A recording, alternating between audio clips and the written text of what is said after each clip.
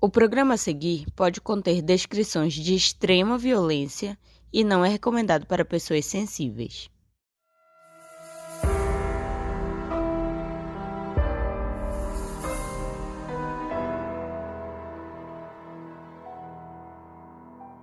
O Anuário Brasileiro de Segurança Pública 2020 aponta que 35,5% das mulheres que sofreram homicídios dolosos em 2019 foram vítimas de feminicídios. De acordo com o Atlas da Violência do Brasil, em 2019, dos casos de mortes violentas de mulheres, 33,3% aconteceram na própria casa das vítimas. Maria da Penha sofreu uma tentativa de homicídio também dentro da sua própria casa. Só que a sua história mudou como a violência doméstica é vista no Brasil e no mundo, inclusive sob o aspecto das leis. Eu sou a Mabê. Eu sou a Carol Moreira. E essa é a história de uma sobrevivente, a Maria da Penha.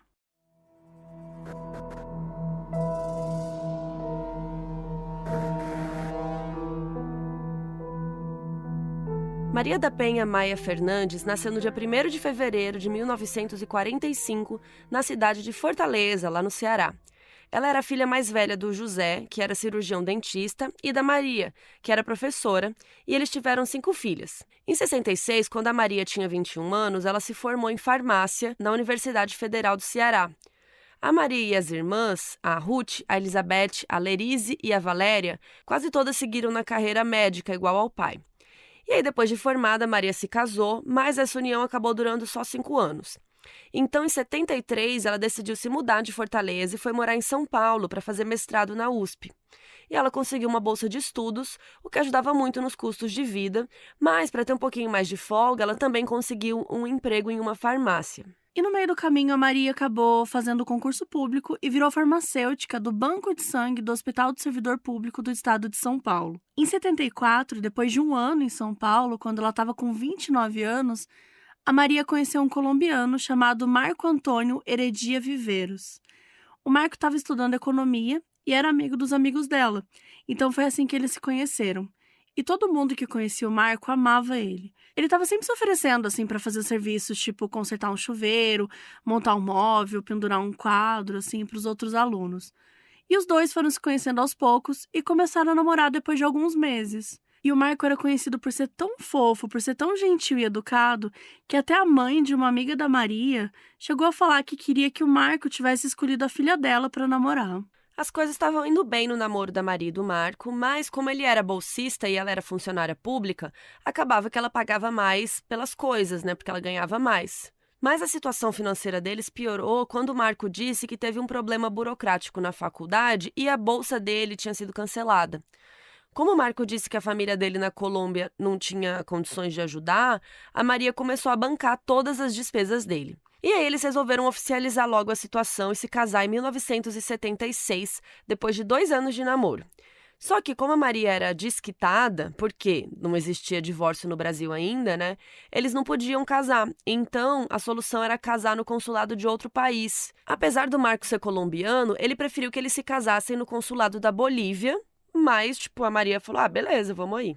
Eles tiveram um casamento bem simples, sem festa nem lua de mel, e eles foram morar no apartamento que a Maria já morava. Com menos de 2 anos de casamento, a Maria descobriu que estava grávida da primeira filha, e o casal ficou super feliz. O Marco também ficou animado, né, porque para um estrangeiro ser naturalizado brasileiro, ele precisava constituir família no Brasil. Então isso também era bom para ele, assim. E ser brasileiro ia facilitar muito a vida dele, porque era difícil conseguir um emprego fixo sendo estrangeiro. E outra coisa que o Marco ganhava com a naturalização era que ele cortava os laços com a Colômbia, e isso ia ser muito útil para ele. Alguns anos depois do casamento, a Maria descobriu que ele era casado e que ele tinha um filho na Colômbia. Só que como ele não era mais colombiano, o governo não podia mais obrigar ele a mandar pensão pro filho. E assim, ou seja, ele já era casado, né? Por isso que ele não podia casar na Colômbia, ele tinha que casar no consulado da Bolívia. O Marco tinha subornado a funcionária do cartório para emitir uma certidão de que ele era solteiro, coisa que ele não era, né? Então, sem a Maria saber disso na época, eles abriram o processo de naturalização e esperaram o governo aceitar. Nesse meio tempo, a Maria decidiu que seria melhor se eles se mudassem de volta para Fortaleza, porque era a cidade onde a família dela estava, e aí eles podiam ajudar na criação da filha. E a Maria acabou ficando grávida de novo um pouco depois que a primeira filha nasceu. Como o Marco ainda não tinha emprego fixo, e São Paulo é bem mais caro, né, de viver do que Fortaleza, então assim que a Maria terminou o mestrado, eles se mudaram. E ela conseguiu um emprego de farmacêutica no Instituto de Previdência do Estado do Ceará em pouco tempo, e aí eles começaram a procurar alguma coisa para o Marco trabalhar. Por recomendação de uma amiga da Maria, o Marco conseguiu um emprego como economista no que hoje a gente conhece como o SEBRAE, que é o Serviço Brasileiro de Apoio às Micro e Pequenas Empresas. E aí sim, o Marco se estabeleceu financeiramente e aí a naturalização dele foi aprovada. Só que aí, ele virou outra pessoa.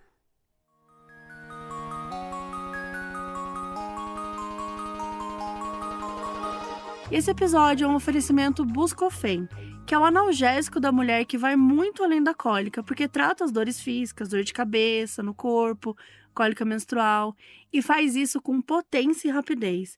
E busca cada vez mais dar voz às chamadas dores sociais femininas, expandindo seu território de atuação.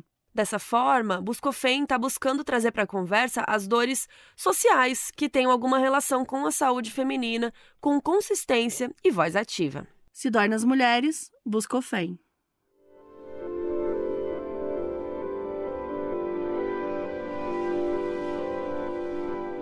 Aquele cara que era super leal e ajudava todo mundo na faculdade virou uma pessoa agressiva, não só com a Maria, mas com as filhas também. Ele não deixava a Maria dar opinião na criação das meninas, ele fazia o que queria sem se preocupar com a segurança delas. Por exemplo, teve um dia que ele comprou um cacto e plantou no quintal na casa deles, o que teria sido ok se ele tivesse colocado algo que impedisse, sei lá, a passagem das crianças. Mas ele só disse que a Maria tinha que impedir as crianças de chegar perto. E como era óbvio, né, uma das meninas estava brincando e acabou caindo em cima do cacto. E ela ficou com vários espinhos presos na pele. E ela teve uma crise alérgica, então a Maria pediu para o Marco tirar o cacto de lá, porque aquilo era uma prova de que era um perigo para as crianças. E daí ele se negou. Só que acabou acontecendo um segundo acidente com as meninas. Ao invés de só aceitar que o cacto era um perigo, ele ficou irritado que elas continuavam caindo na planta e ele pegou o prato do jantar da filha e jogou na parede. E a Maria viu que não ia ter jeito de convencer ele de tirar o cacto de lá por vontade própria, sabe? Então ela fez o que qualquer mãe faria pela segurança das filhas. Ela foi lá e matou a planta sem ele saber. Como ele tinha começado a ficar agressivo, a Maria achava que quanto mais ela concordasse com ele, menos ia ele explodir com ela e com as meninas. E ela começou a perceber que a mudança repentina de comportamento dele tinha acontecido justamente quando ele conseguiu a naturalização brasileira. Então, assim que o objetivo dele foi alcançado, ele não estava mais se importando em esconder que ele era uma pessoa horrorosa, né? Então, a Maria percebeu tudo isso. Então, ele cismava com tudo que a Maria e as meninas faziam. Ele colocava a casa inteira num estado de tensão, assim. A Maria tentava impedir as meninas de fazerem qualquer coisa que pudesse irritar o Marco. Só que, assim, elas eram crianças também. E, mesmo assim, elas foram aprendendo a se policiar. Então, ele odiava muito quando elas choravam. Então, gente, assim, não importava o que acontecesse, elas engoliam o choro o máximo que desse, assim. Por exemplo, teve um dia que o Marco ficou irritado porque a comida não estava do jeito que ele queria e ele jogou um copo de vidro no chão. E um pedaço cortou a perna da filhinha mais nova. E olha que horror, gente. A menina estava tão traumatizada que ela viu o sangue escorrendo da perna dela e ela não chorou. Ela segurou o choro porque ela sabia que se ela chorasse, ela ia apanhar, ia ser muito pior. Outra vez, uma das meninas estava com uma infecção intestinal e começou a chorar de dor no meio da noite. E ela era tão pequena que ela ainda dormia no berço. O Marco ficou tão irritado que ela estava chorando que ele derrubou o berço no chão com a garota dentro. A Maria ficou em choque. Ela ficou tão em choque que ela só tentou acalmar a filha para ela não chorar ainda mais. E, entre várias aspas, né, piorar a situação. Porque óbvio que não... Era uma criança, né, gente? É normal, a menina tá chorando, tá sofrendo. Só que eles estavam vivendo esse inferno aí dentro de casa. Só que apesar de tratar as filhas desse jeito, ele esperava que elas ficassem felizes sempre que ele chegava em casa do trabalho. E aí o Marco queria que as duas recebessem ele com beijos e abraços na porta de casa, e quem não fizesse isso apanhava. E a Maria começou a subornar as meninas antes dele chegar, dizendo que ia dar um doce para quem não esquecesse de dar um beijo no pai. Gente, isso tudo para proteção, né? Isso funcionava às vezes. Só que nem sempre, porque elas ainda eram muito pequenas e às vezes esqueciam. A única época que elas tiveram paz foi quando ele arranjou um emprego em outra cidade e ele acabava passando a semana toda fora e voltava só no fim de semana. Durante esse tempo, a Maria torcia muito para que ele começasse a gostar de alguém na outra cidade, sabe? Para ele pedir o divórcio por vontade própria, assim. Porque sempre que ela tentava conversar com ele sobre separação, porque ela tentava falar, ele só dizia assim, deixa de bobagem e cortava o assunto. Só que na frente dos outros, o Marco continuava sendo, uma pessoa incrível. Então a Maria tinha um pouco de medo, assim, lembrando, né, gente, é uma história antiga, assim, não é 2020. Então ela tinha meio que medo das pessoas acharem que era, sabe, alguma coisa que fosse culpa dela, sabe? Porque ninguém ia achar que era culpa dele, que ele era um cara totalmente abusivo, né? E a Maria tinha muito medo de que se ela pedisse o divórcio, ele poderia matá-la e as crianças iam ficar sozinhas com ele e desprotegidas. E essa sensação só aumentou quando eles estavam assistindo televisão um dia e viram uma notícia sobre a Eliana de Gramont, uma mulher que foi assassinada pelo ex-marido 20 dias depois de oficializar a separação. O assassino, Lindomar Castilho, culpou a ex-esposa por ter traído ele e disse que qualquer pessoa sob forte emoção era capaz de fazer a mesma coisa que ele. Ele acabou sendo condenado a 12 anos de prisão, mas cumpriu parte da pena em liberdade.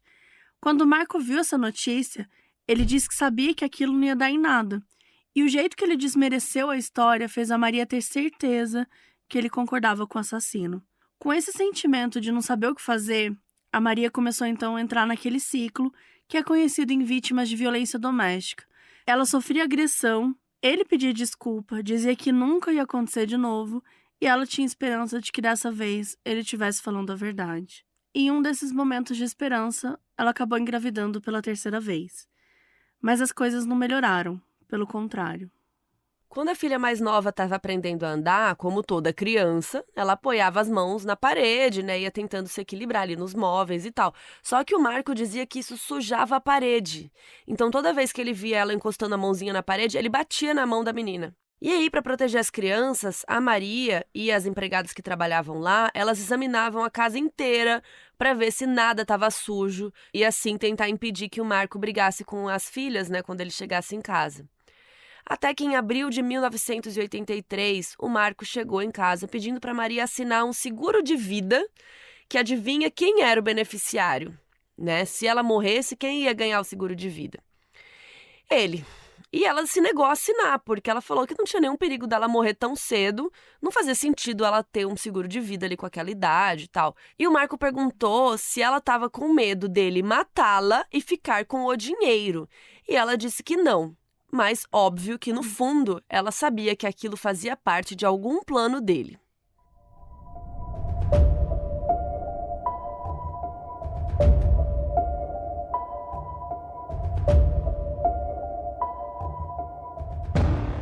Um mês depois do pedido suspeito do seguro de vida, no dia 28 de maio de 83, o Marco sugeriu que eles fossem visitar uma amiga da Maria que tinha acabado de ter bebê.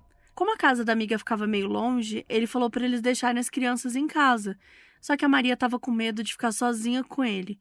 Então ela disse que só ia se as crianças fossem junto. Ela não acreditava que ele faria alguma coisa se as crianças estivessem no carro. E realmente nada aconteceu. Mas durante a visita, o Marco parecia meio mal-humorado. Então eles voltaram rápido para casa. Chegando lá, o Marco foi para o escritório e a Maria foi colocar as crianças para dormir. Como a Maria estava acostumada a ir dormir sozinha enquanto o Marco ficava acordado mexendo no carro na garagem ou trabalhando, ela foi deitar normal, sem ele. E aí, durante a madrugada, ela acordou no susto com um barulho. Quando ela abriu o olho, ela não viu ninguém, mas quando ela foi tentar se mexer para ver o que estava acontecendo, ela não conseguiu se mexer.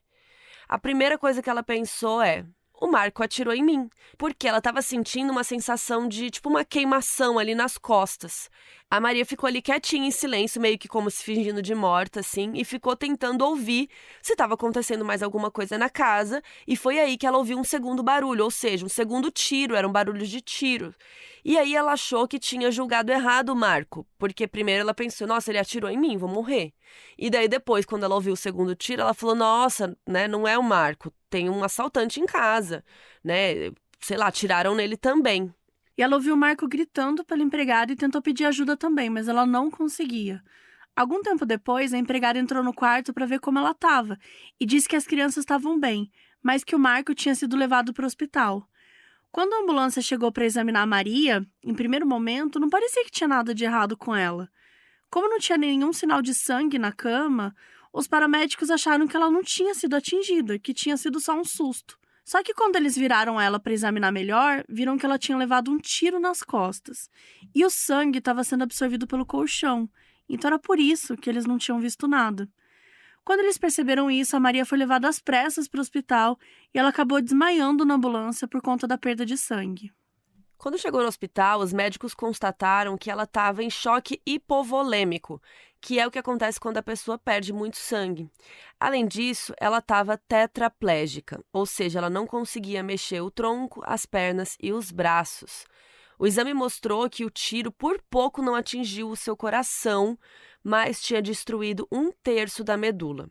Ela passou por uma cirurgia de emergência para controlar a hemorragia interna e a situação se estabilizou, mas ela ainda não conseguia se mover.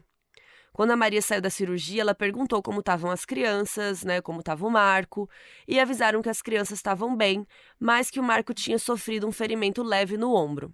Demorou algumas semanas para Maria recuperar o movimento dos braços, mas ela foi conseguindo aos poucos.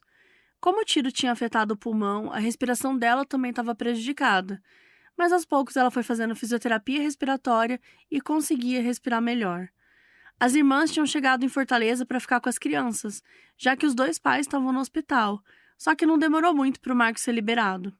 Assim que ele saiu do hospital, ele foi ficar na casa dos pais da Maria, porque precisava de ajuda para trocar o curativo do ferimento no ombro. E foi aí que a história do assalto começa a ficar suspeita. Em uma das visitas, a mãe da Maria comentou que o ferimento do Marco parecia que tinha sido feito com uma faca, e não que ele tinha levado um tiro. Assim que o Marco ficou sabendo disso, ele pegou as crianças e levou para a casa dele, porque ele não queria mais ficar na casa dos pais da Maria. Quando não estava mais no hospital, o Marco começou a ignorar completamente a Maria e desmerecer o estado de saúde dela, enquanto fazia questão de aumentar o ferimento do ombro que ele teve. Conversando com a polícia para dar depoimento, a Maria descobriu que o Marco estava tão desinteressado que só 5 dias depois do incidente ele perguntou o que tinha acontecido com ela. Gente, 5 dias. Ela também descobriu que ele não estava fazendo a menor questão de cooperar com a investigação. Ele estava dizendo para todo mundo que nem adiantava prender os assaltantes porque não ia dar em nada. Na versão dele da história, ele tinha acordado porque o cachorro estava latindo muito, então ele teria pego uma lanterna e a arma que ele tinha em casa para descobrir o que estava acontecendo. E quando chegou na cozinha, ele encontrou um homem que tentou enforcar ele com uma corda, mas ele conseguiu se soltar. Um segundo homem apareceu e tentou tirar a arma do Marco, mas eles começaram a brigar e o homem atirou no ombro dele. Nessa hora, ele ouviu a voz de uma mulher do lado de fora da casa, dizendo que eles tinham que ir embora, e os 2 homens saíram correndo. E todo mundo achou aquela história muito esquisita, mas não era a única coisa suspeita que o Marco estava fazendo. Outra coisa estranha é que só uma semana depois do acidente, ele tinha ido até o hospital com uma procuração no nome da Maria e pedido para ela assinar. Ele queria o poder de mexer com as contas bancárias e tomar decisões em nome das contas bancárias dela. Enquanto estava todo mundo preocupado com a saúde da Maria, o Marco estava achando tudo aquilo um exagero e não achava que ninguém tinha que visitá-la no hospital, não. Ele dizia que ela já tinha os médicos, tinha enfermeiros, então não precisava ficar sendo paparicada pela família e os amigos. Gente, a mulher quase morreu, estava paraplégica. Cara, que lixo de homem, sério. Mas beleza. E aí, sempre que ele ia visitar, ele expulsava todo mundo do quarto, porque ele queria ficar sozinho com a Maria. E nem no hospital ele parou com as agressões. Ele dava chutes na cama do hospital, ficava mexendo com a inclinação da cama super rápido, o que causava dores horríveis nela, porque quando a pessoa fica assim, é tudo aos poucos, né? Você não pode simplesmente uma pessoa que está deitada há dias inclinar a cama dela, botar ela em pé. Ela vai ficar tonta, vai doer, não é assim as coisas. Então ele ficava ali causando na vida dela. Então, a Maria estava morrendo de medo dele e ela pediu para a irmã dela começar a se esconder no banheiro antes dele chegar para poder ficar ali de olho caso alguma coisa acontecesse. Gente, olha que absurdo. E aí, no meio de julho, pouco mais de um mês depois desse assalto, né, suposto assalto, a Maria estava esperando uma vaga no Hospital Sara Kubitschek, que é lá em Brasília, né, que é o melhor centro de reabilitação da América Latina. Ele é muito famoso. Só que enquanto a vaga não saía, os médicos acharam melhor a Maria voltar para casa, porque eles tinham medo dela pegar uma infecção hospitalar. Apesar do Marco achar que ela tinha que ficar no hospital, né, porque ele não estava nem aí, a Maria foi para casa dos pais assim que recebeu alta. O Marco até tentou obrigar ela a ir para casa com ele, mas a Maria estava com medo de ficar sozinha com ele e a casa vizinha estava fazendo obra. E como ela estava com um problema respiratório e tal, ia ser perigoso demais ela ficar perto de obra, da poeira e tal. A Maria queria que as filhas fossem ficar na casa dos pais com ela, só que o Marco proibiu e disse que nunca ia deixar as filhas saírem de lá. Então ela começou a se sentir culpada por não ter ido para casa com o Marco, porque sabia que as filhas deviam estar sofrendo sozinhas com ele. Mas ao mesmo tempo ela sabia que ficar perto da obra podia matá-la. Gente, olha assim, é difícil o nível do terror que esse homem causou, porque a pessoa tá se recuperando, não tá bem, sabe, perdendo os movimentos, fazendo fisioterapia, tendo que se preocupar com as filhas sendo agredidas. Cara, isso é muito pesado. Ele causava mais terror nela ainda, né? Muito. Depois de alguns dias na casa dos pais, a Maria conseguiu uma vaga lá no Sara Kubitschek e começou a se programar para ir para Brasília. Na véspera do voo, o Marco proibiu a família dela de deixá-la no aeroporto. A Maria pediu para ninguém insistir porque ela estava com medo dele ficar irritado, de descontar nas filhas. As filhas eram como se fossem reféns dele, assim. E aí, quando eles chegaram no aeroporto, o Marco deixou a Maria no carro e foi fazer o check-in. E aí, alguns minutos depois, ele voltou. Vocês estão sentados, gente? Ele disse que eles perderam o voo. Perdemos o voo, o avião já tinha decolado 2 horas antes e eles não tinham opção, eles iam ter que voltar para casa. Gente, e aí ele falou que a Maria agora ia junto com ele, que ela ia para casa deles, né? Que não ia para casa dos pais dela. Vocês acham que isso era um plano ou não? E aí, o que ele não sabia é que a família da Maria já estava muito esperta e uma das irmãs dela tinha seguido eles até o aeroporto. Perfeita. Perfeito. E quando a Maria contou que eles tinham perdido o voo, a irmã disse que não tinha problema, que ela mesma ia comprar a passagem para o próximo voo. A contragosto, o Marco concordou em pegar o próximo voo e eles foram para Brasília. Era o óbvio a fazer, né, gente? Perdeu o voo, pega o próximo. Exato. Vou para casa. E chegando lá, o motorista do hospital não estava esperando por eles, porque ele tinha ido no horário daquele outro voo, né? Daí eles ligaram para o hospital e pediram um novo motorista, porque o Marcos recusou a pagar um táxi até lá. Chegando no hospital, a Maria fez vários exames para tentar chegar num diagnóstico sobre se ela ia ou não conseguir voltar a andar. Como paciente, a Maria estava muito confiante de que ia ouvir boas notícias, mas como ela era profissional da área de saúde, ela sabia que a chance era bem pequena. Quando os resultados saíram, foi confirmado que ela nunca mais ia conseguir andar, mas que os médicos estavam confiantes sobre a melhora nos movimentos dos membros superiores. E aí, conforme o tempo foi passando, com muitos exercícios, muita fisioterapia, a Maria foi conseguindo ter mais coordenação motora nos braços, começou a fazer algumas coisas sozinha, como escovar os dentes, que era algo que ela não estava conseguindo fazer antes. Inclusive, o Sara Kubitschek é muito legal, porque ele não reabilita a pessoa só pra, sei lá, vai voltar a andar. Ele reabilita a pessoa pra conseguir fazer as coisas do dia a dia que ela precisa. Então, no caso dela, era aprender a mexer na cadeira de rodas, aprender a escovar o dente, escovar o cabelo, se limpar, né, tomar banho. Ser independente, né? Ser uma pessoa independente. Então, o Sara Kubitschek, sério, gente, eu morava lá em Brasília e eu conheci o trabalho deles, é assim, incrível. Enfim, então ela foi aprendendo, né, fazer as coisas e em relação ao movimento das pernas, a única coisa que mudou pra ela é que começaram a acontecer espasmos involuntários, que era muito desagradável, né, porque atrapalhava a fisioterapia, era uma coisa, ela não conseguia controlar, né, uma coisa ruim.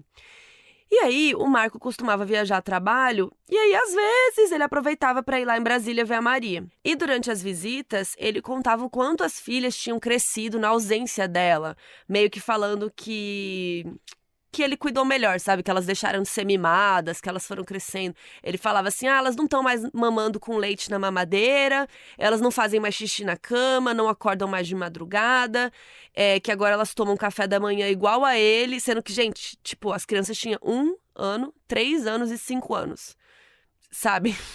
Como assim a criança não acorda no meio da noite? Tem alguma coisa errada aí, né? E sabendo como o Marco era, a Maria só conseguia imaginar o terror que ele estava fazendo para elas obedecerem tudo que ele mandava. A Maria tinha esperança de que a família dela estivesse ajudando, mas o Marco proibia a presença dos parentes dela na casa. E essa proibição dos parentes continuou até a hora da Maria voltar para casa. O Marco proibiu a Maria de contar para a mãe o dia e a hora que ia voltar para Fortaleza. E ainda fez uma ameaça que se visse algum familiar no aeroporto, ele sabia como lidar com eles. Gente, meu Deus do céu, que desespero. A Maria prometeu que ela não ia contar para ninguém, mas ela acabou ligando para a mãe contando todos os detalhes. Então, no dia que ela chegou em Fortaleza, a mãe e as irmãs foram escondidas para o aeroporto e ficaram observando Que de absurdo. longe o desembarque da Maria e vendo o que o Marco ia fazer. Ele acabou não fazendo nada suspeito, mas durante todo o caminho ele ficou listando as regras que a Maria ia ter que seguir quando eles chegassem em casa. Ela não podia paparicar as filhas, segundo ele, porque ele tinha tido muito trabalho para educar as meninas do jeito que tinha que ser. E nenhuma pessoa da família podia ousar fazer uma visita, e se alguém tentasse visitar, ele ia expulsar de casa. Amigos só podiam visitar se ele desse permissão e no dia e na hora que ele escolhesse. E aí, quando eles chegaram em casa, as filhas estavam esperando na entrada. E a Maria viu na carinha delas que elas estavam, assim, doidas para abraçar ela, para chegar perto. Mas ficaram olhando os dois, assim, tipo, olhava a mãe e olhava o pai, sabe? Tipo, posso abraçar? Porque claramente elas estavam muito amedrontadas, né? E aí elas começaram a chegar perto dela com os olhos cheios de lágrimas. E elas estarem tão emocionadas irritou muito o Marco. E mandou elas irem pro quarto. Gente, Cara, que lixo. Que lixo, que monstro de homem, de verdade. E aí, durante o resto do dia, sempre que as meninas tentavam entrar no quarto pra falar com ela, o Marco mandava elas irem embora, dizendo que a mãe tinha que descansar. Ele também obrigou a Maria a ligar para a casa dos pais, dizendo que estava muito cansada para receber visitas, e marcou com eles em um dia que o Marco estivesse também em casa. E ele também disse que ela tinha que dar um jeito da visita durar só 2 horas, e que se passasse disso, ele ia expulsar a família dela da casa. Mas a Maria falou para a família que assim que marcasse horário para fazer fisioterapia, ela avisava os pais, porque no hospital eles iam poder conversar melhor. Como a Maria chegou em casa no final da semana, o Marco estava lá o tempo todo, impedindo ela de passar o tempo com as crianças. Quando a segunda chegou e ele foi trabalhar, as meninas correram para beijar e abraçar a mãe. Além das filhas, a empregada da casa também estava doida para ficar sozinha com a Maria, para contar o que tinha acontecido quando ela estava fora. E como a Maria já esperava, o Marco tinha sido horrível com as crianças. Elas eram proibidas de ver qualquer familiar da Maria, e para ter certeza que essa regra estava sendo cumprida, ele às vezes fingia que ia viajar e chegava de surpresa em casa para ver se a empregada não ia aproveitar a oportunidade para deixar os familiares visitarem. Tipo, olha o nível de controle da pessoa fingir que ia fazer, sabe? Pelo amor. Doente. Ele dizia para a empregada que se os pais da Maria chegassem lá de surpresa para visitar, que era para ela dizer que o Marco tinha deixado elas trancadas em casa sem a chave, então ela não tinha como abrir a porta. A empregada contou que o jeito que ele treinou as meninas para não fazerem mais xixi na cama era não dando mais água para elas depois do almoço. Então elas só tinham de manhã para beber água, o resto do dia era com sede. Até quando elas iam para o colégio, elas eram proibidas de levar água ou suco para fazer o lanche. E aí é óbvio que às vezes a empregada ficava com dó, né, e dava água escondido, mas ela morria de medo, né, dele descobrir. E aí um dia realmente o Marco viu e bateu na menina. E por causa disso, né, gente, a saúde das meninas foi ficando cada dia pior. O Marco nunca levava elas no médico. Um dia, uma das meninas teve escabiose, que é uma alergia na pele causada por um ácaro. E ao invés de dar remédio, o Marco disse que era só não coçar que passava. E se ele pegasse ela coçando, que ela ia apanhar. Até que um dia o Marco foi viajar, trabalho, e a irmã da Maria levou a menina no médico escondido para curar a doença. Só que a empregada também percebeu algumas coisas suspeitas em relação ao suposto assalto. Ela contou que alguns dias antes do incidente, ela tinha encontrado uma arma dentro de um saco plástico no guarda-roupa do Marco. Mas quando ela foi faxinar a casa depois do assalto, a arma não estava mais lá. A empregada disse que contou isso para a família da Maria, mas que eles tinham pedido para ela não fazer nada com a informação até a Maria voltar para casa. Outra coisa estranha é que o Marco dormia com a porta da casa destrancada, o que não parece a atitude de alguém que acabou de ter a casa assaltada, né? Eu não sei vocês, mas eu trancaria até o talo, né? Ele só dizia que quem assaltou a casa não ia ter coragem de voltar e ficou por isso mesmo. Com as suspeitas da Maria ficando cada vez mais fortes, ela começou a pedir para a empregada dormir no quarto junto com ela e o Marco, porque ela estava com medo de ficar sozinha com ele. Ela dizia que era porque ela precisava de ajuda para se movimentar de noite e tal, e o Marco, óbvio, não acordava quando ela chamava, então era mais fácil pedir para a moça, né, ficar ali com ela. Mas mesmo nessa vida de terror psicológico, a Maria sabia que ela não podia só sair de casa, porque tinha as filhas, né? E depois também tinha o que ele poderia fazer com ela, né? Se ela simplesmente fugisse, sei lá. Então ela precisava de provas da violência dele, da violência que ela e as meninas estavam sofrendo, para conseguir uma autorização legal para ficar longe dele. Mas enquanto ela tentava arquitetar um plano para fugir, o Marco tentou machucar a Maria mais uma vez. Desde o dia que ela tinha chegado em casa, ela pediu para o Marco ajudar ela a tomar banho, mas ele nunca ajudava. Sem ele saber, a Maria pedia para algumas amigas ajudarem ela a tomar banho durante a semana. Até que 2 semanas depois que ela já estava em casa, ele se ofereceu. Ele finalmente perguntou se ela queria ajuda para tomar banho. Ele levou ela para o banheiro do quarto deles e assim que ela entrou debaixo do chuveiro, ela levou um choque. Ela empurrou a cadeira de rodas para trás na mesma hora e ela perguntou o que aconteceu. O Marco disse que um choque não ia matar ninguém. Só que, além dela estar molhada, ela estava na cadeira de rodas, né, gente? Metal conduz eletricidade. Quando ela parou para pensar, ela percebeu que o Marco só estava tomando banho no banheiro das crianças desde que ela tinha voltado para casa. Então, ele devia saber que tinha alguma coisa errada com aquele chuveiro.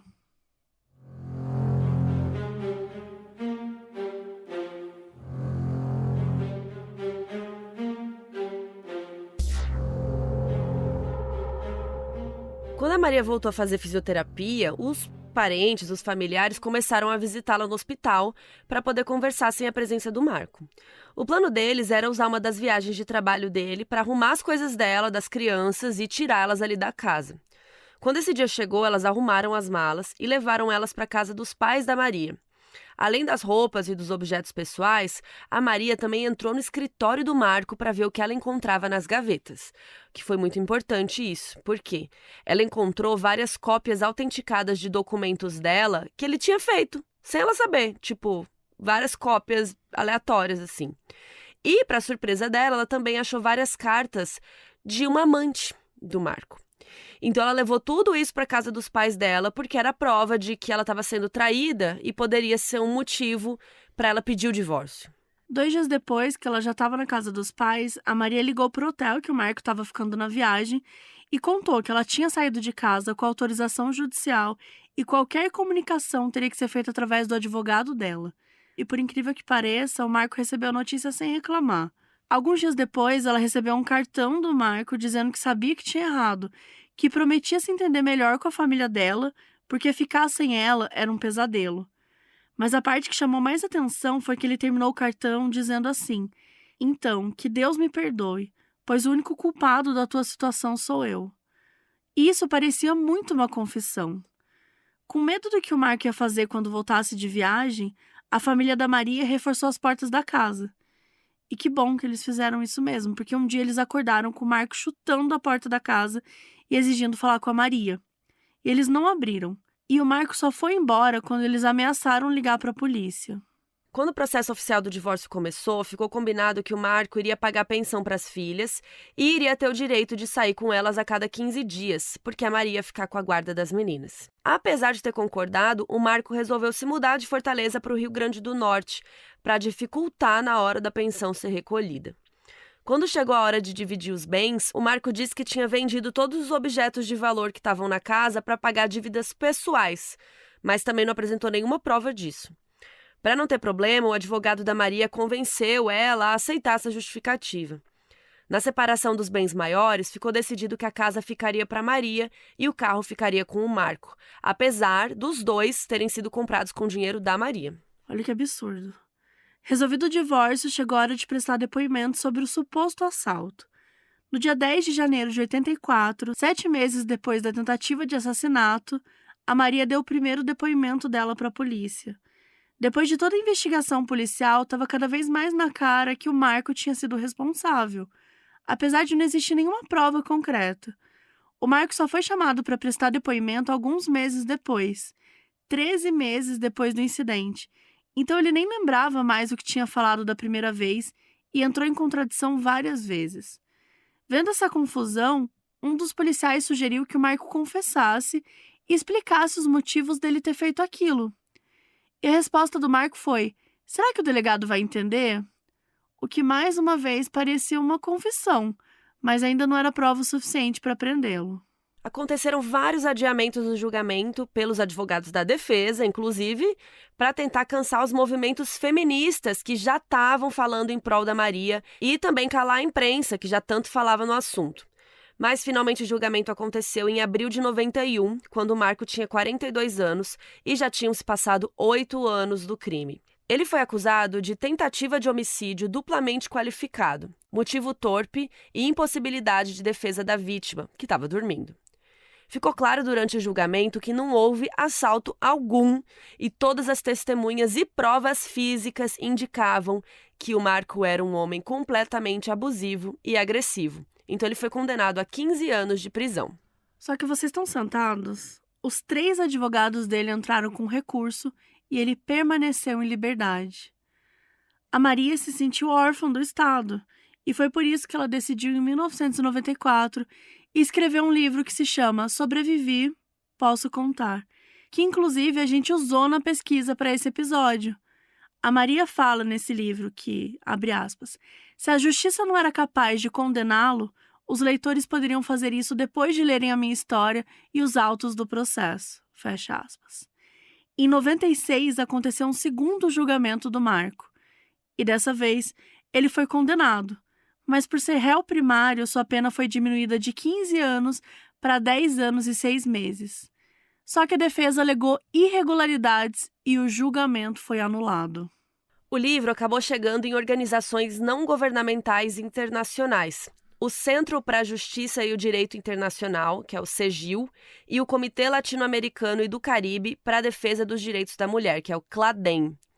E, basicamente, eles perguntaram se a Maria queria denunciar o Brasil. Sim, gente, o Estado brasileiro e responsabilizar o país internacionalmente pela negligência com que tratava casos de violência doméstica. Assim, obrigaria o Brasil a mudar as leis. Então, juntos, eles enviaram uma reclamação sobre essa demora para a resolução da justiça e eles enviaram para a OEA, que é a Comissão Interamericana de Direitos Humanos da Organização dos Estados Americanos. E a OEA acabou publicando um relatório em 2001. Sim, gente, demorou 3 anos. Mas, enfim, o relatório que falava que sim, o Brasil era responsável pela violação de direitos humanos, era bem grave. E foi aí que o caso ficou conhecido no mundo inteiro. E, nesse meio tempo, a Maria da Penha foi virando um símbolo feminista, um símbolo da luta das mulheres contra a violência doméstica. Em 2006, foi então sancionada pelo atual presidente Lula uma lei que hoje conhecemos como Lei Maria da Penha, a Lei 11.340, de 2006. E essa lei dá um tratamento mais rigoroso para casos de violência doméstica, com medidas de proteção e educativas. Isso é super importante ressaltar, porque ela não é uma lei só punitiva para punir agressores, mas ela também propõe medidas educativas. Porque, afinal, gente, a gente tem que tratar isso na base, ensinar para as crianças desde cedo o respeito, a igualdade. E é super importante porque tem medidas de proteção de emergência, como proibir o agressor de ir para casa, retirar a arma dele, restituição de bens que ele possa ter levado, impedir dele se aproximar da vítima, entre outros.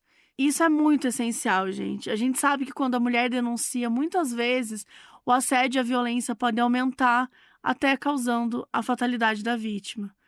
E a gente sabe também que existem diversos casos de quando a mulher termina um relacionamento e a pessoa não aceita, fica perseguindo, assediando. Então, todas essas medidas são super importantes. É super importante também porque a violência pode acontecer também pelo ex-parceiro da vítima, né? Então, a pessoa não precisa estar convivendo junta para ser considerado um caso de violência contra a mulher também. E dentro dessa lei tem até um trecho que explica as formas de violência contra a mulher, e a gente acha legal ler para vocês aqui. É a violência física, entendida como qualquer conduta que ofenda sua integridade ou saúde corporal. Também a violência psicológica, entendida como qualquer conduta que lhe cause dano emocional e diminuição da autoestima, ou que lhe prejudique e perturbe o pleno desenvolvimento, ou que vise degradar e controlar suas ações, comportamentos, crenças e decisões, mediante ameaça, constrangimento, humilhação, manipulação, isolamento, muitas vezes acontece assim, né? Vigilância constante, perseguição, insulto, chantagem, violação da intimidade, ridicularização, exploração e limitação do direito de ir e vir, né, que também acontece muito de mulheres trancadas em casa. Enfim, qualquer outro meio que lhe cause prejuízo à saúde psicológica e à autodeterminação. A violência sexual, entendida como qualquer conduta que a constrange a presenciar, a manter ou a participar de relação sexual não desejada, mediante intimidação, ameaça, coação ou uso da força, que a induza a comercializar ou a utilizar de qualquer modo a sua sexualidade, que a impeça de usar qualquer método contraceptivo ou que a force ao matrimônio, à gravidez, ao aborto ou à prostituição, mediante coação, chantagem, suborno ou manipulação, ou que limite ou anule o exercício dos seus direitos sexuais e reprodutivos. A violência patrimonial, entendida como qualquer conduta que configure retenção, subtração, destruição parcial ou total dos seus objetos, instrumentos de trabalho, documentos pessoais, bens, valores e direitos ou recursos econômicos, incluindo os destinados a satisfazer suas necessidades. A violência moral, entendida como qualquer conduta que configure calúnia, difamação ou injúria. Uma coisa muito importante dessa lei é que ela prevê a criação de equipamentos essenciais para que ela seja realmente efetiva, ou seja, delegacias especializadas de atendimento à mulher, casas-abrigo, centros de referência da mulher e juizados de violência doméstica e familiar contra a mulher. Então, assim, ela não é só uma lei, né, tipo de punição, ela tem várias coisas. Além disso, ela traz medidas protetivas emergenciais para as vítimas. Por causa disso, inclusive, essa lei é considerada pela ONU como uma das 3 leis mais avançadas do mundo no quesito combate e enfrentamento à violência doméstica e familiar contra a mulher. E a Maria, óbvio, que ficou muito feliz com a criação dessa lei, porque toda vez que ela tinha que pedir justiça e falar no assunto, era muito triste. Ela ficava com muita vergonha, sabe? Era sempre pesado. E com a criação da lei e da repercussão, tudo que rolou, ela se sentiu ouvida e recompensada.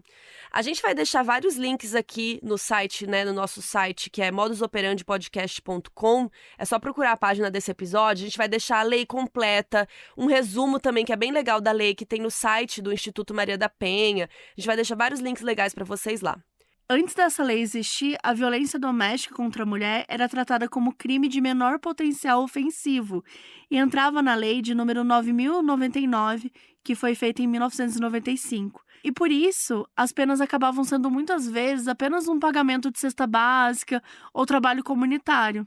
E olha o absurdo que essas situações chegavam, porque depois da denúncia, a mulher ainda tinha que ela mesma levar a intimação para que o agressor comparecesse perante o advogado. Isso não faz sentido.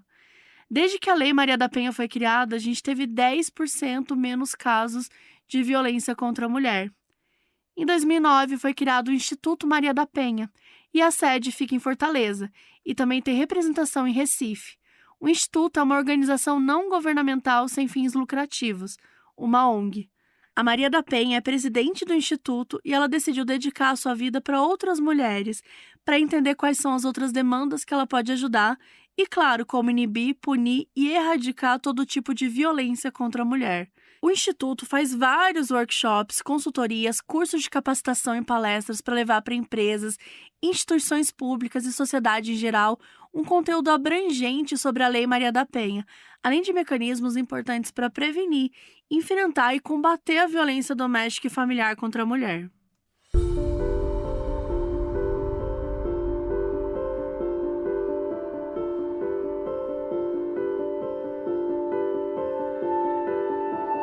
Levaram 19 anos e 6 meses para o Marco finalmente ir preso. Faltavam só 6 meses para o crime prescrever em outubro de 2002. Ou seja, dali a 6 meses ele não poderia mais ser condenado por esse crime. A gente já explicou prescrição aqui no FAQ e também tem no nosso livro, Modus Operandi, Guia de True Crime. Mas, resumidamente, todo crime tem um tempo para que a vítima, ou a família, ou o Estado, para que essas pessoas possam ir atrás do suposto criminoso, né? As pessoas que elas querem acusar. Isso acontece para que a pessoa que se sente vitimizada, ela tenha um tempo para ir atrás disso na justiça. Então, assim, quer dizer que se eu fui roubada hoje, eu tenho um prazo para ir atrás disso, para a pessoa ser punida? Sim! Você não pode daqui 30 anos falar, eu fui roubada lá em 1920, sabe? Não rola isso. E o tempo da prescrição depende do crime e da pena que é cabível para esse crime. Então, assim, hoje em dia, na Constituição, a gente tem apenas 2 crimes, né? 2 casos de crimes imprescritíveis, que não há esse tempo, né? Não há prescrição. Que são crimes de racismo e ação de grupos armados contra a ordem constitucional e o Estado democrático. E é meio doido isso porque, sim, gente, isso significa que se alguém cometeu um homicídio, depois de um tempo, mesmo que descubram, né? Não, foi realmente essa pessoa que cometeu o homicídio, provavelmente essa pessoa não vai mais ser julgada por isso, né? Ou não poderá mais ser julgada por esse homicídio. Então, isso faz parte da lei, né? Então, voltando, faltavam só 6 meses para os crimes do Marco prescreverem. E não foi porque a Maria não fez nada, né? Foi bem pelo contrário. Foi porque a justiça demorou muito nos trâmites, os advogados causaram, etc, etc. Então, a criação da Lei Maria da Penha ajudou com que, nesses casos, a coisa aconteça mais rápido e evita a impunidade. O Marco ficou preso em regime fechado por 16 meses e depois passou ao semiaberto, podendo sair do presídio para trabalhar. E desde que o caso aconteceu, até hoje, em 2023, tem gente que espalha fake news falando que a Maria foi baleada por um assaltante. Que a Lei Maria da Penha é baseada em mentiras, coisa do tipo, sendo que o próprio marido foi condenado pelo crime 2 vezes. Inclusive, o próprio Marco fica aí na internet até hoje falando que é tudo mentira. Ele fala que ela quis se vingar dele porque foi traída. E ele até publicou um livro em 2010 que, assim, não vamos nem falar o nome dele porque ele não merece. Mas é isso, a polícia não encontrou nenhum vestígio de assalto e a própria violência doméstica que ela sofria com testemunhas também corroboram isso. E assim, é um absurdo, depois de tudo que ela passou, depois de tudo que ela conta, as pessoas ainda falarem fake news, né? Tipo, é surreal fazer isso, eu assim. fico imaginando quanto que ela deve ter sofrido na época, das pessoas falando bobagem, assim, tipo... Se a gente sofre até hoje, né? Imagina naquela época, assim, difícil. E ainda tem uma outra companheira do Marco que também acusou ele de violência doméstica em 2001. Ele também adotou um menino que foi devolvido para um abrigo público algum tempo depois, porque ele não tinha comunicado da sua condenação quando ele pediu a adoção. Então, a assistente social responsável retirou o direito dele de adotar quando descobriu o caso da Maria da Penha, porque ela acreditou que ele não teria condições de ser um bom pai. E no documento que diz respeito a isso, né, que é chamado de Destituição do Pátrio Poder, diz que ele é um homem de temperamento agressivo e violento. Em 2015, a gente teve mais um avanço nesse sentido das leis, né, que apoiam as mulheres, que foi a lei número 13.104/15, que fez com que o feminicídio fosse classificado como um homicídio qualificado e ainda um crime hediondo, ou seja, com penas mais altas, de 12 a 30 anos. Feminicídio é quando o assassinato envolve violência doméstica e familiar, menosprezo ou discriminação à condição de mulher da vítima. Ou seja, se uma mulher sofreu um latrocínio, né, que é roubo seguido de morte, provavelmente não vai ser considerado feminicídio. Mas se uma mulher for morta pelo ex-marido, por exemplo, né, nesse contexto, é considerado feminicídio. Na Lei Maria da Penha está descrito que violência doméstica e familiar contra a mulher é qualquer ação ou omissão baseada no gênero que lhe cause morte, lesão, sofrimento físico, sexual ou psicológico e dano moral ou patrimonial. Muitas vezes a violência em relacionamentos conjugais acontece de forma cíclica, que fica se repetindo. De acordo com a psicóloga americana Lenore Walker, existem 3 fases. A primeira é o aumento da tensão, quando o homem começa a ficar agressivo por nada, começa a humilhar a vítima, gritar, culpá-la por coisas insignificantes. A segunda fase é a violência em si, e ela pode ser verbal, física, psicológica, moral ou patrimonial, pode ser mais de uma.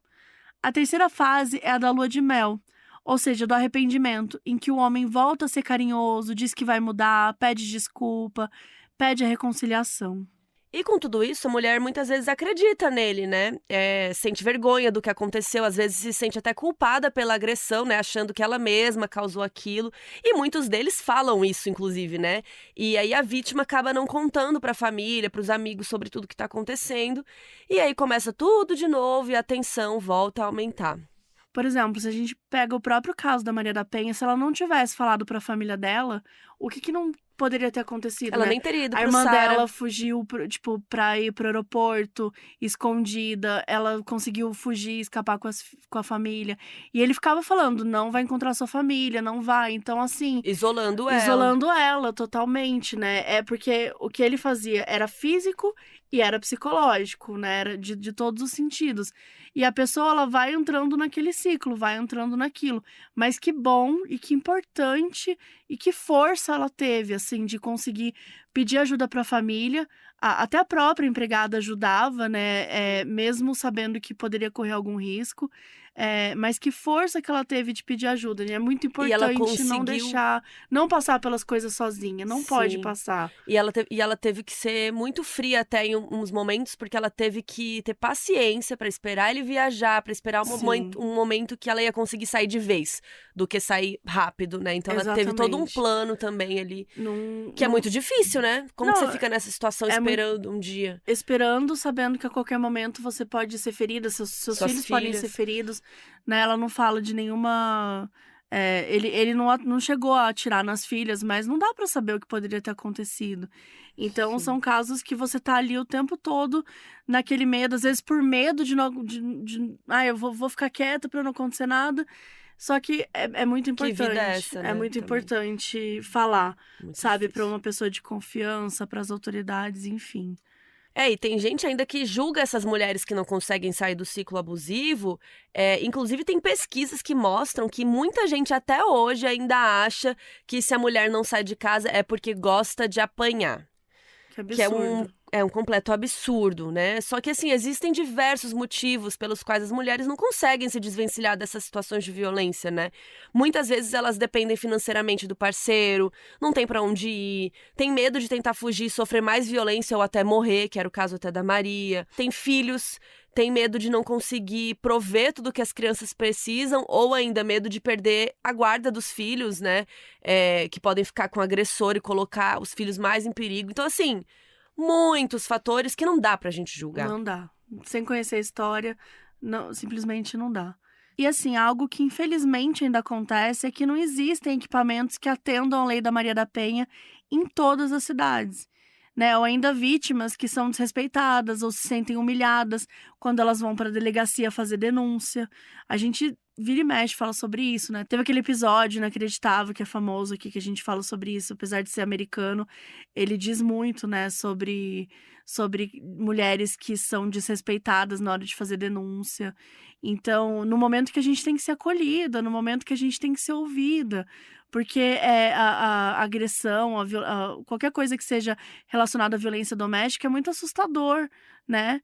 Então, assim, por conta disso, que a gente tem que cobrar os políticos, tem que cobrar o poder público para que realmente aconteça, para que a gente tenha essas políticas públicas previstas na lei da Maria da Penha, para que todas as mulheres tenham acesso a isso, né? Para que exista capacitação nas delegacias, para que essas mulheres sejam atendidas, para que existam abrigos, para que elas sejam protegidas. A gente precisa cobrar isso. E principalmente a gente precisa educar desde cedo na infância, mas também a gente precisa educar nossos amigos adultos, nossos vizinhos, nossos colegas, nossos familiares. Nosso papel como sociedade é prevenir, né? É cuidar um dos outros.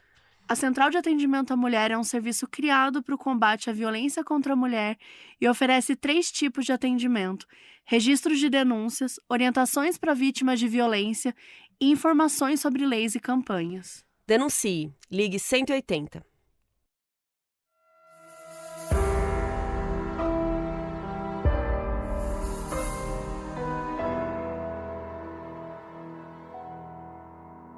O aviso no início desse episódio foi gravado pela Gabriele Costa, que é nossa apoiadora na Aurelo.